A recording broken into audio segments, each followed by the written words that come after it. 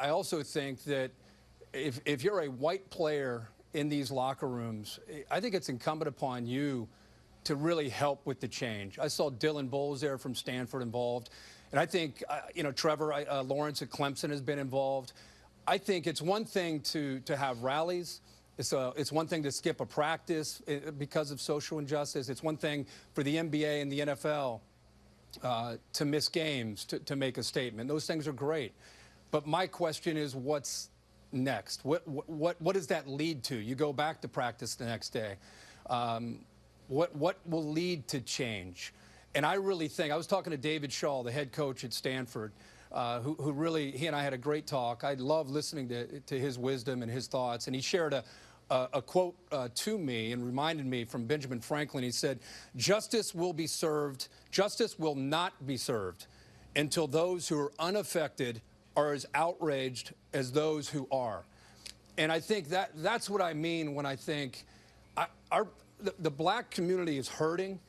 If you've listened, and the word empathy and compassion over these last 4 months, how do you listen to these stories and not feel pain and not want to help?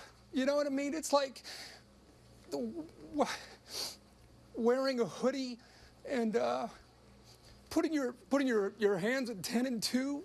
Oh God, I better look out because I'm wearing Nike gear. Like what? What are we talking about? And so you can't relate to that if you're white, but you can listen and you can try to help because this is not okay. It's just not. It's not. And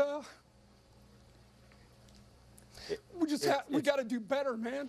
We got to like lock arm in arm and be together in a football locker room. That stuff is gone. Those barriers are gone. And we got to do better. It's one of the things and why sports can be such a leader in this area. It's happened throughout history, dating back to Jesse Owens and Jackie Robinson and Muhammad Ali, and the number of changes that have been instituted and awareness brought to because of sports. And there's a lot of good going on in college football. I know that even the Navy players have met with police departments. There is hope. But the number one thing we all have to do is make sure our hearts are tender and open.